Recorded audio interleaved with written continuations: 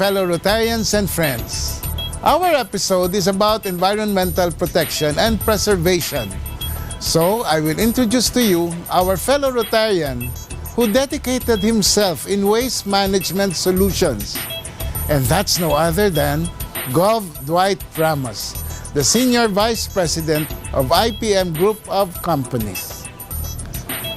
And speaking of IPM, kikilalanin din natin si Isabelita Paredes Mercado na isang Rotary awardee because of her big contribution in environmental protection, particularly in Payatas engineered landfill.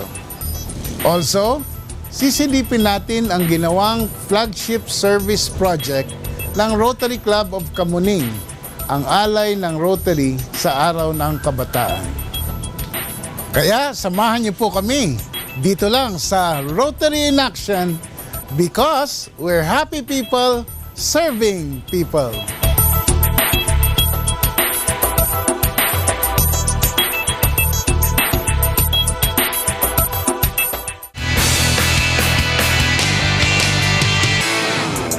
Good day, fellow Rotarians and friends of Rotary.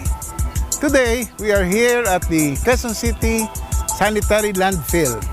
And this is because our main topic is about Rotary's deep involvement in environmental protection and preservation. Tayo po ay nagkaroon ng pagkakataon na mabisita itong lugar na ito. Mamaya tutunghayan natin ang proseso, tutunghayan natin ang kapaligiran ng landfill na ito. So, stay tuned sa Rotary in Action.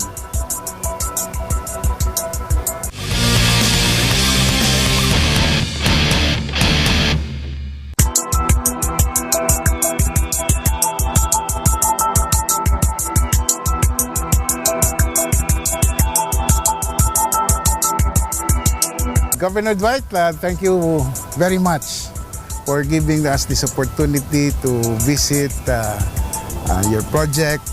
You're in the sense that you are involved in this company called IPM. Yes. Which is the contractor. Yes. Running the operations of this Payatas landfill. Yes. So behind us is part of the landfill. That's true, yes. And what we are seeing now, what we're looking at, would be the pile of garbage. Yes. That's being generated from Quezon City. Yes. Quezon City. And itong landfill na to, Gov. Dwight, would you know how many years it has taken for this landfill to be accumulating that much garbage? Yes. The landfill itself started operating January 2011 lang. But of course, we know from history na Payatas has been used by Metro Manila and Quezon City since 1970s. Actually. So that's how long it has taken para mapuno ito ng garbage. So from the 70s, talagang naging isang mataas na, sabihin na natin parang bundok. Yes. Ang taas ng basura. Yes. Okay. And earlier in your office, you showed us the process flow. Yes. Of how it is to collect the garbage up to the time that recyclable materials are sorted out. Yes. And the remaining materials that could be used for energy naman sa mga cement factories. Yes. No? Okay. So, just to give our viewers an idea, gaano ba kadaming truck yung na pumapasok dito sa landfill every day? When we talk of trucks, we have more than 500 trucks per day ang napokolekta sa Quezon City at pumapasok dito sa disposal facility for processing. How many more years do you think ito ba'y perpetual? How many more years do you think it will take IPM or the Quezon City government to run this landfill? Definitely, it's not perpetual and we are down to the last few years. Of course, we are now planning to move off-site. Siguro po, dadalhin na natin sa labas ng Quezon City yung ating garbage when this is done because of course this has limited capacity. And so the city government is also preparing already some plans. Meron na silang mga kausap rin na grupo who can provide other solutions for Quezon City garbage. I see. So time will come na talagang iiwanan na rin natin itong landfill na ito. Yes, and so right now we are already in the process of converting it, closure and conversion of the landfill into a park or into some other uses. Oh, that would be interesting, Governor Dwight, no? Because kumbaga ito yung Closed portion already. what's This is happening open. now. Oo. But eventually, ito yung mangyayari. Ito Yes. nga, as a matter of fact, ang ginagawa ninyo. Yes, this is already the closed portion. This particular spot that we are in now, this is part of the landfill. Yes, sa So ilalim nito. underneath is garbage. Yes. And yet we take a look at itong surroundings na to and makikita natin na isang mayabong na halamanan na. Yes. At nakikita natin na well, yung sa ibang lugar nga may mga bulaklak tulad nung nandiyan dyan. Yes. But dito ito'y mga ornamental plants na rin. Yes. And what you're saying is this landfill that we're seeing now would eventually end up Like this. like this. Yes. And maybe even better, no? With some trees and Yes, even better. Pero kung mapapansin ninyo ay meron ding iba pang nakatanim. Tulad ng mga gas pipes na yan. Kasi sa ilalim nito, habang may basura, ay meron ding methane gas. At ang methane gas na yan ay nagagawang kuryente. ito, yung nasa likod Yan. natin. Ah, So ito naman ang pinagdadaanan ng methane gas Yes. na nagmumula sa basura sa ilalim. yes. At So yung gas na lumalabas na yon ay kino-convert naman sa kuryente. sa kuryente, yes. At dinadala sa Meralco. At Kaya yung pong ginagamit natin sa ating household, part of it galing na rito sa Yan, Payatas landfill. I see. And even after you have left this place, Yes. patuloy yung mga wells na yan? You call them patuloy yan. pipes? Yes, patuloy yan. Up to about 10 more years ay magiging resource ito ng source ng ating energy, renewable energy. Okay. Now, of course, we talked about it, Dwight, that the main purpose of our visit here sa Payatas landfill is to show to the world that we in Rotary are also deeply involved in environmental protection and preservation. Yes, Gob. Of course, as part of our vocation, I am not only an employee of the IPM group of companies who is doing this, but of course, I'm also a Rotarian. And being that as it may, so sinasabi natin na part of my vocation is really the environmental protection. Oo nga, ikaw siguro yung one of the few na talagang Rotarian na deeply and directly involved in environmental preservation and protection. No? Yes, I can also say that. And ang maganda nga sa pagiging Rotarian ko ay naipamulat sa akin. Kasi ang pinag-uusapan lang namin nung una rito ay ang engineering solutions. We have the garbage and our company, being a construction company, provides the engineering solutions. Ngayon, nakita ko na hindi lang pala sapat ang engineering solutions. Kailangan pala meron ding social intervention. At yan ang pinakita ng Rotary sa akin nung nag-umpisa natin tignan ang kapakanan ng mga scavengers, kapakanan ng mga nakikinabang sa basura. Correct. Ay naging involved na rin tayo ang Rotary sa maraming projects dito sa paligid. Sa pagkakaalam mo ba, Dwight, ano pang involvement kaya ng Rotarians dito sa environment? Of course, bukod doon sa ating annual tree planting dito at sa Lamesa Dam, ay marami tayong natutulungan sa informal waste sector. Kinikilala natin ang mga informal waste sector, yung mga nangangalahig, yung mga basurero, na sila ay parte ng ating waste management system at sila ay napaka-importanting player dito sa ating ginagawa para sa environment. Kasi nakukuha nila yung mga plastic, yung mga hindi nabubulok at nadadala natin sa recycling at nadadala rin natin sa cement factories para ma-replace ang coal. At syempre pa, sa tulong din nila ay yung methane gas na harness natin at nadadala natin sa Meralco bilang kuryente. Kaya naman, sa pagtulong ng Rotary sa kanila, marami tayong projects dito, yung mga ating home visit sa kanila, sa mga anak nila. Nagpo-provide tayo ng educational and training assistance. At Rotary Children's Day ay nagpupunta ang maraming Rotarians dito para matulungan ang mga tao sa paligid. Oo. Siyempre, hindi natin maalis na meron tayong napapaligiran tayo ng mahihirap na kapatid natin. At sa tingin ko naman ay malaking bagay yung nabibigay ninyong hanap buhay sa kanila. Yes, actually ang binibigay nating hanap buhay ay hindi lamang sa training ng livelihood. Pero doon na rin sa kasama ng kanilang marketing, pagmamarket ng mga rugs na kanilang nagagawa para ito'y talagang mapakinabangan nila yung kikitain nila. At kamukha nga ng mga nakikita natin sa mga bahay-bahay na tinitirhan nila, gaya ng sinasabi mo, nabibisitan nyo sila at nabibigyan ng tulong pa. Yes.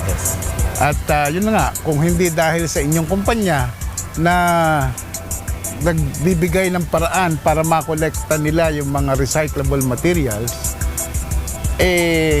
ito namang mga plastic na to, mga bagay na ito, ay maaring they will end up being dumped in the landfill. In the landfill or for that matter, mga riverways. Sa mga riverways. Sapagkat ganyan ang nangyayari ngayon, sad to say. Yes, God. Okay, so yan lang muna pansamantala, Governor Dwight. And again, maraming salamat at kami ay pinaunlakan nyo na makapagbisita dito sa inyong landfill. Yes. Thank you very much, Gov. Dwight.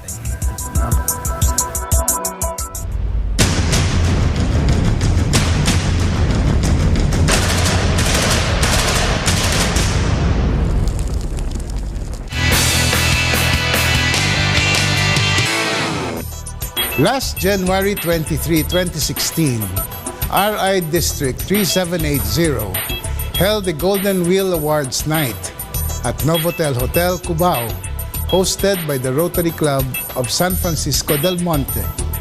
Among the Vocational Service awardees for non-Rotarians is Isabelita P. Mercado. Let us know her vocation and see why she deserves the award.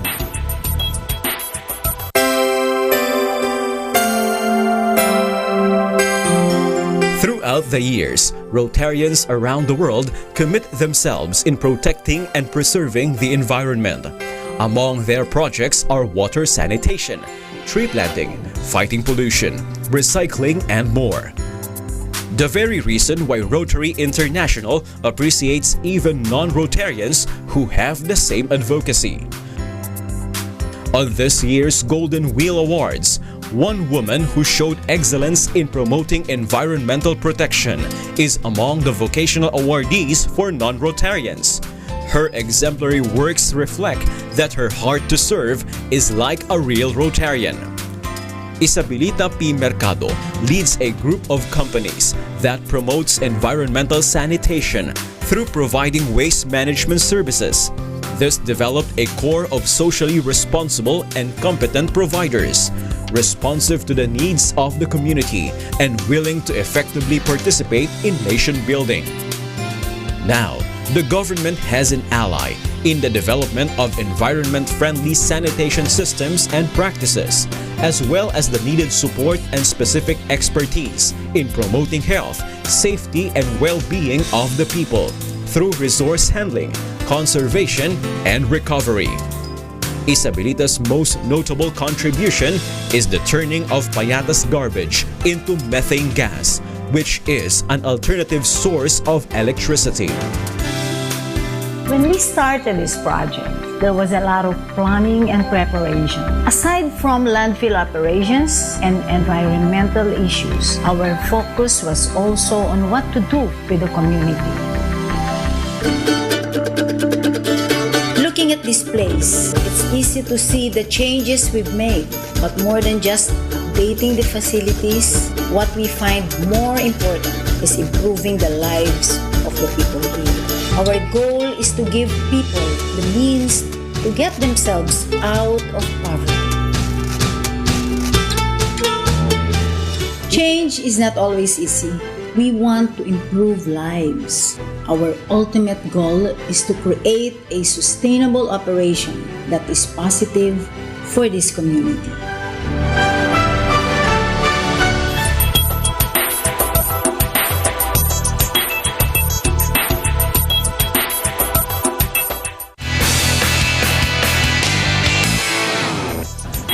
Rotary believes in the abilities of the youth.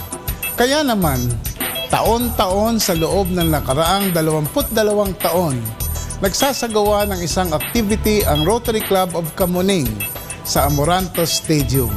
At sa taong ito, ginanap ito noong February 20, kung saan nagko-compete ang iba't ibang public schools from Quezon City.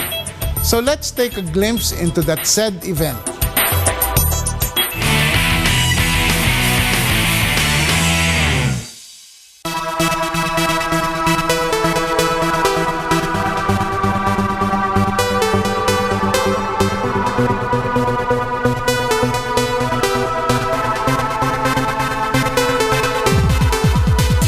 The youth is the hope of our nation. They are the future leaders who can build a better society. That's why Rotary Club of Kamuning is persistently investing in them. And as a part of this cause, taong-taong nagsasagawa ang Rotary ng competition sa public elementary and high schools sa Quezon City. Ang tawag nila dito ay Alay ng Rotary sa Araw ng Kabataan. In Rotary, we have the youth service program, and that is to recognize the positive change implemented by the youth through leadership, through participation in a meaningful service project. So ang purpose namin ito ay para yung mga youth maging ang buhay nila ay makahulugan, yung value formation, at saka to reach their full potential para maharap nila yung future with greater knowledge and greater skills. Actually, pinasasalamatan ko ang Rotary Club of Kamuning, pinamumunuan ng aking world-class President Yeye Manawis sa napakagandang proyekto na ito na for several years na, every year ginagawa po nila ito. At kung hindi dahil sa kanila, wala tayong ganitong kagandang proyekto. At pasasalamatan natin ang ating mga partners in service, yung Quezon City local government, at lahat-lahat ng bumubuo para ito ay maging a successful event. Sa mga kabataan natin, ito ay kompetisyon. Kaya kailangan bigay nila ang pinakamagaling nila, manalo, matalo, ilabas nila yung kanilang kagalingan. At sa mga magulang, napakaganda nito. Suportahan itong proyekto na ito sa mga kanilang anak rather than kung saan-saan lang bisyo sila mapapunta.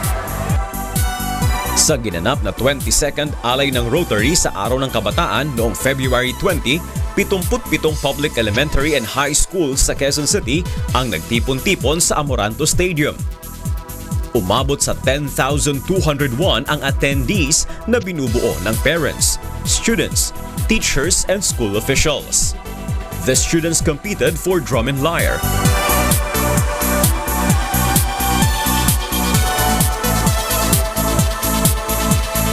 poster making,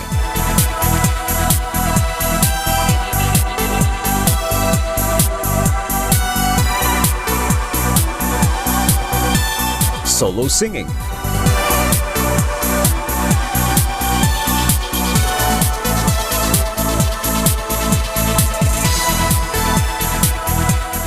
chorale,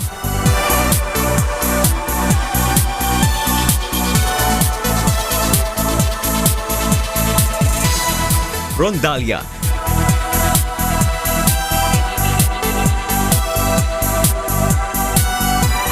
and dance categories.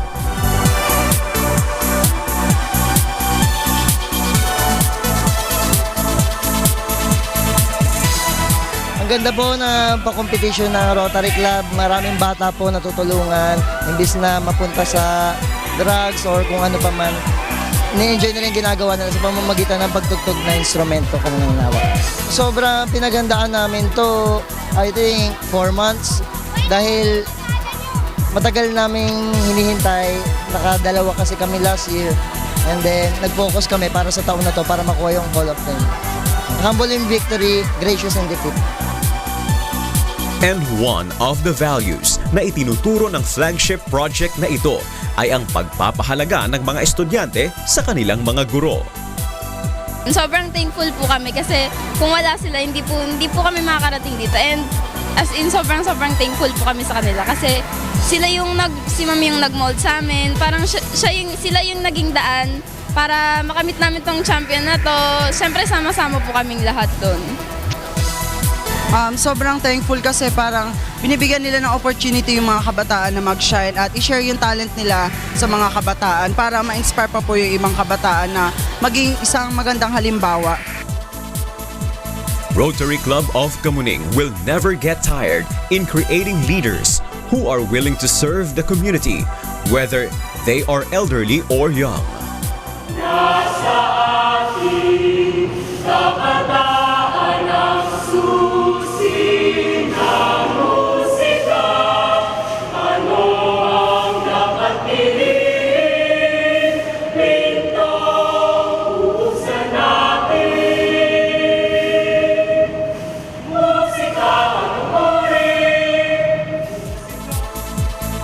Bago maging district-wide project ng District 3780, ito muna ay naging flagship project ng Rotary Club of Kamuning na ngayong taon ay pinamumunuan ni world-class President Siegfried Yeye Manawis.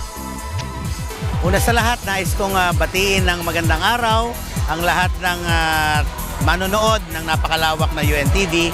Ako po si Dr. Siegfried Yeye Manawis, ang Pangulo po ng Rotary Club of Kamuning.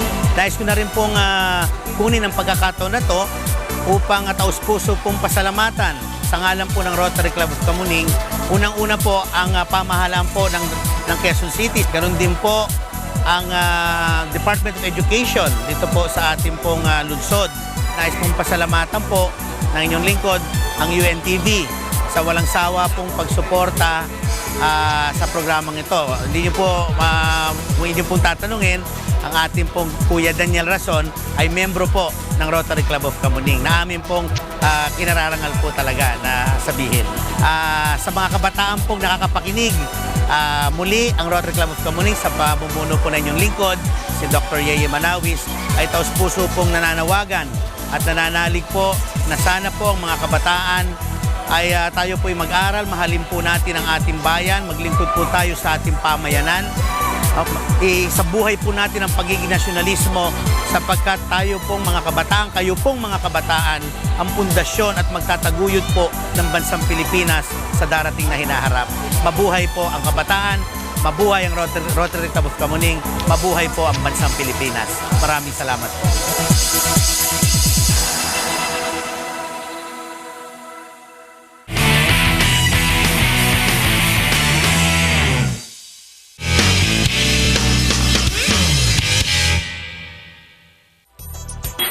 It is the Rotarians' tradition to sing during their club meetings.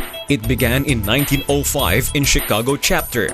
Later on, each club had their own hymns, and the song serves as a reminder of their mission and vision. I'm proud to be a Rotarian. Service above self is our motivation. We do the four-way test. Is it beneficial? Is it fair? Is it the truth? Will it bring goodwill and better friendship? The Rotarian shares and serves best. He gives the world all he can. Yes, I am proud to be a Rotarian, whose one commitment is to serve his fellow man. Serves best. He gives the world all he can. Yes, I am proud to be a Rotarian, whose one commitment is to serve his fellow man. And with that, the 28th Club Assembly is adjourned.